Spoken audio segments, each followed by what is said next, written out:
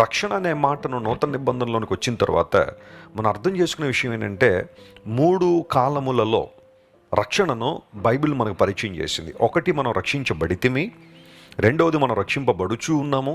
మూడవది, మనం రక్షింపబడుదుము. ఆయా సందర్భాల్లో ఆ మాటలు బైబిల్లో మనం చూస్తుంటాం. రక్షించబడితిమి అనగా యేసు ప్రభువుని మన సొంత రక్షకునిగా అంగీకరించిన ఆ క్షణం, ఆయన మన హృదయంలో చేర్చుకున్న ఆ క్షణం, పాప పశ్చాత్తాపాన్ని పొంది రక్షణ అవసరతను గుర్తించి యేసయ్యకు హృదయాన్ని తెరిచిన ఆ క్షణం మనం రక్షించబడ్డాం.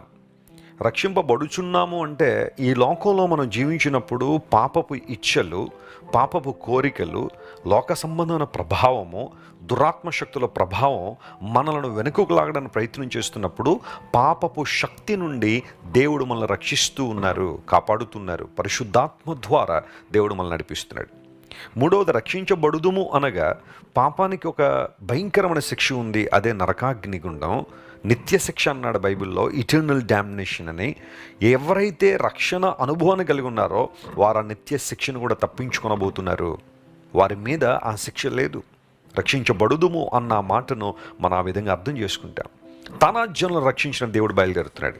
ఒకవేళ ఈరోజు శ్రమలో నలిగిపోతున్నావా, ఇబ్బందుల్లో ఉన్నావా, ఎవ్వరు నిన్ను కాపాడేవారు లేరా, అందరూ చేతులు ఎత్తేసారా, ఇంక నీ జీవితం నాశనమే, పాడైపోయింది, ఇంకెవ్వరూ నేను లేవనెత్తలేరు, నేను బలపరచలేరని అనేక మంది నీ మీద ముద్ర వేశారా? నమ్మ ప్రియ దేవుని బిడ్డ, నీ దేవుడు నిన్ను రక్షించడానికి సామర్థ్యం కలిగిన వాడు. ఆయన బయలుదేరుతున్నాడు. ఆయన దుష్టులను సంహరించి నిర్మూలించి నిన్ను విజయ తీరాలకు చేర్చే దేవుడు నీకున్నాడు కనుక మనస్ఫూర్తిగా ఆయన ఆరాధించి స్తుతించు. నీ జీవితంలో ఖచ్చితంగా దేవుని యొక్క ఆశ్చర్యకార్యాలు చూస్తావు.